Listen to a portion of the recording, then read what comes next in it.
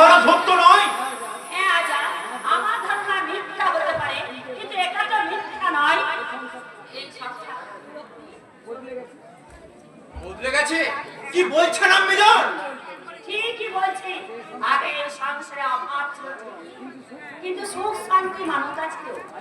আজ মিটে গেছে, কিন্তু যা হারিয়ে গেছে কিছুই হারায়নি আম্মি জান।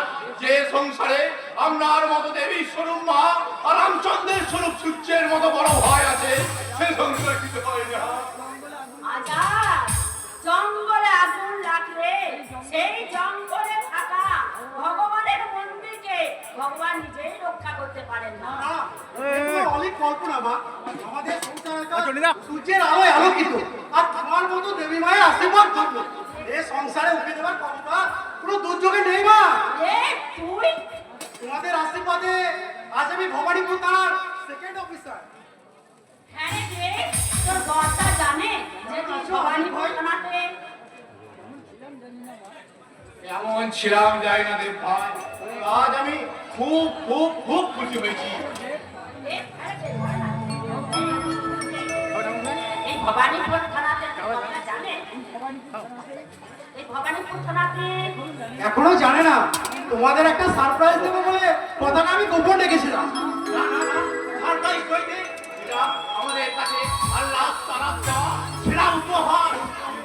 কিন্তু এই উপহারের বস্তুটা তুমি চিরকাল রাখতে পারবে তো দেব ভাই? নিশ্চয়ই পারবো। সত্যকান্ত সেনের ত্যাগের মহিমার উজ্জ্বল জ্যোতিকে অবগাহন করে। কিন্তু এই চাকরির তো বুঝে, তাই ওই খাকি পোশাক তোমাকে কদিন ওই সূর্যের ভাই আসনে রাখবে? ও কথা বলো না আজাদ, আমার সূর্যের জীবনে ছাড়ি রে, আমি যে সহ্য করতে পারবো না বাবা। তুমি নিশ্চিন্তে থাকো মা, আমাদের দু ভাইয়ের চোখে পদ্মা সাক্ষাৎ রামচন্দ্র। তার অনুমতি ছাড়া আমরা কোনো কাজ করিনি আর ভবিষ্যতেও করবো না। কেন করবো না দেব? আমরা বড় হয়েছি, লেখাপড়া থেকে দাঁড়াচ্ছি, অনেক কিছু জায়গায় রক্ষা করেছি। এখন কি আমাদের ব্যক্তি স্বাধীনতা বলতে কিছু থাকবে না? নিশ্চয়ই থাকবে, তবে সূর্যকে অমান্য করে নয়, কারণ তোদের উত্তরের পিছনে সূর্যের যে আত্মত্যাগ। আমার এই কথা আমি মানতে পারলাম না। কারণ মানুষ জন্মানো পাওয়ার আগে বিধাতা তার কপালে ভাগ্য লিপি লিখে দেয়, তাই তার উত্তর পতনের মানুষের কোনো ভূমিকা থাকতে পারে না। রেসকা, কি বলছো তুমি? আজ এর কথা তোমার মুখে শুনতে খারাপ লাগলেও এটাই বাস্তব দেব। সেই বাস্তবের আয়নায় নিজের ছবিটা একবার দেখে যাবে ভাই, দেখতে পাবে তোমার ওই সর্বাঙ্গ নিয়ে ঠিকরে পড়ছে সূর্যের ওই দিব্য জ্যোতি। চন্দ্র, লেখাপড়া শিখে চাকরি পেয়ে এত অধঃপতন হয়েছে তোর, যে তুই দেখতুল্য দাদাকে এতদিন মাথা তুলে রেখেছে বলে কি এখনো মাথা তুলে রাখতে হবে? এটা হতে পারে না। কিন্তু আপনি বিনা কারণে ওর গায়ে হাত তুলেন কেন? সেটা উত্তর যে কই ফেরত তুমি নেবার কে? মা, ও আমার স্ত্রী রজনী। গতকালই আমরা রেজিস্ট্রি ম্যারেজ করেছি। দাদা, আমাকে স্ত্রী বলে ভাবতে আমার লজ্জা করছে না? আমাকে আমাকে ওই বাড়ি 1 ঘন্টা দাঁড় করিয়ে রেখে এসে তুমি এদের সঙ্গে এই বস্তির লোকের সঙ্গে কি গুজে গুজে ফুসু ফুসু করে চলে যাও? আমি কি এই বাড়ির বউ না শ্রীচক্রানী? না, চাকরি হবে কেন? তুমি আমার চন্দ্রের বিবাহিতা স্ত্রী, এবারের লক্ষ্মী প্রতিমা। তাই তোমার উপযুক্ত মর্যাদা তুমি নিশ্চয়ই পাবে। বর্দা, কি বলছো তুমি? ঠিকই বলছি রে ভাই। এই সংসারে এমন কিছু দায়িত্ব কর্তব্য থাকে যেগুলো শত অপমানের বোঝা হলেও তাকে মাথা পেতে মেনে নিতে হয়। আমি এই সংসারের অপমানের বোঝা? দাদা, তুমি কিন্তু আমার স্ত্রীকে অপমান করছো। না রে ভাই, এই আমার তারা মায়ের সংসারে কেউ কাউকে অপমান করতে পারে না। হ্যাঁ মা, যাও মা যাও, তুমি বৌমাকে বরণ করে ঘরে তোলো। না, আর জুতো মেরে গুণগান করতে হবে না। আমি যখন এই বাড়ির বউ হয়ে আসতে পেরেছি, তখন বড়দের তো আমি করি না। নববধূর সাজে এই বাড়িতে আপনার আসা উচিত ছিল মেজো ভাবি। আমার কি উচিত ছিল কি উচিত ছিল না, তা তোমার মতো একটা রাস্তার কুকুরের কাছে আমি শিক্ষা নেব নাকি? ছি বোমা ছি, নতুন বউ হয়ে বাড়িতে এসে তুমি একই শুরু করেছো। চন্দ্র, তুই কিছু বলবি না বাবা? কিছু বলবি না? এটাতে বলা বলি কি আছে মা? রাস্তার কুকুর যখন বাড়ির মধ্যে এসে ঘেউ ঘেউ করে, তখন তো তাকে উচিত শিক্ষা দিতেই হবে। চন্দ্র! বৌমা না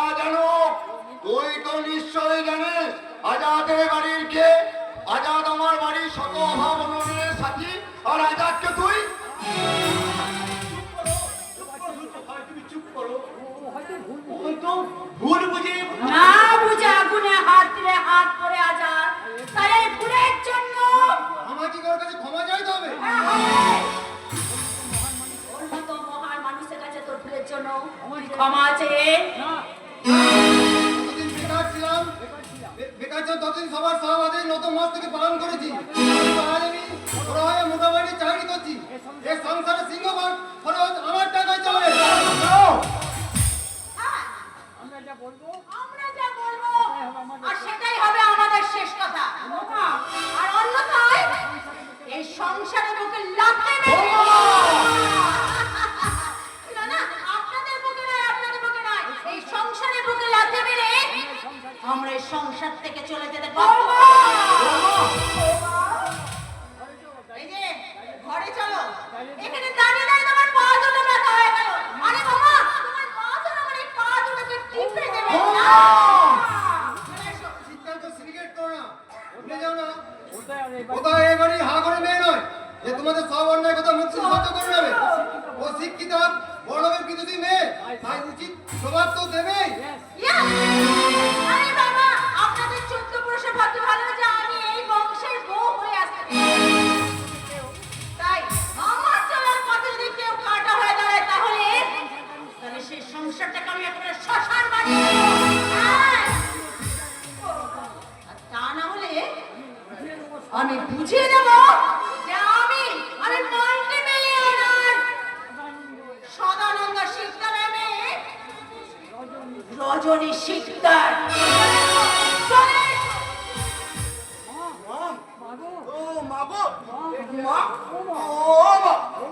বৌমা কি জানো নামটা বলে গেল। ও মা, ও যেন কার মেয়ে, কি জানো ওর বাবার নাম? বলো না। সদানন্দ শিকদার কেন কি হয়েছে তাতে? বুকের ভেতর অনুভব করছি তীব্র বিষমের দংশন জ্বালা। মা, তুমি কি শুনতে পাচ্ছ? আমি এখনো বধির হয়ে যাইনি। ওই ঈশ্বরের কৃপায় আমি যদি কানা বোকা হতাম তাহলে এমনিভাবে আমি পাথর হয়ে যেতাম না। কিন্তু কেন তুমি পাথর হবে? কেন পদ্মার বুকে উঠবে হাহাকারে ঝড়? কোন রহস্য লুকিয়ে আছে ওই সদানন্দ শিকদারের নামের মাঝে? জানিস না, জানতে পারবে। এই শক্ত হাত দুটোকে দিয়ে তোদের কোমল কুসুম শরীরকে আমি মানুষ করেছি।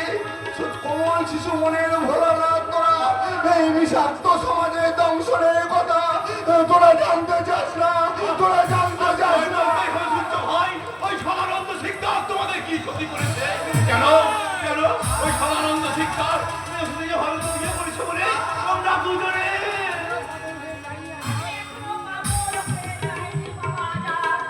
আমার এই বুকের মাঝে রক্তকে বিষাক্ত খায়ে মৌলবের পরিবর্তে একটু পূজা রয়েছে। এখন যে অনেক বাকি রে বাবা, এখন যে অনেক বাকি। আজ আমি আইনের রক্ষক পুলিশ অফিসার, যে কোনো শয়তানের যোগ্য জবাব দিতে আমি। না বাবা না, আমি আমার এই বুকে রক্ত দিয়ে সন্তানকে আমি ঠিক করতে চালাতে পারিনি। তাই সব জ্বালা যন্ত্রণা আমাকে যে চোখের জন্য ঢাকতে হবে বাবা, ঢাকতে হবে। না মিজানটা হয় না।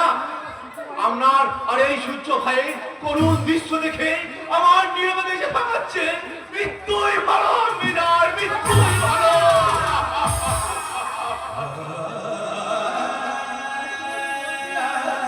আজ তোমাদের বলতেই হবে মা, ওই সদানন্দ শিকদার আমার ছেলের পূজনীয় শ্বশুর মশাই। তাই তার নামে কিছু বলতে গেলে শিক্ষা বিবেক বাধা দেবে। অন্তরাত্মা তার আসলে জিজ্ঞাসা করবে, ওরে তারা বুঝে পায় চোখের জল, খুলে যা কান্না, এইটাই তোর জীবনের শ্রেষ্ঠ পাওনা। হবে অর্জুন যদি আমরার মতো আত্মীয় দেখে কর্তব্য কর্ম থেকে বেরো থাকতেন তাহলে ভারতের মুখে আজ কোনদিন ধর্মরাজ্য প্রতিষ্ঠা হতো না। কোনদিন প্রতিষ্ঠা হতো না।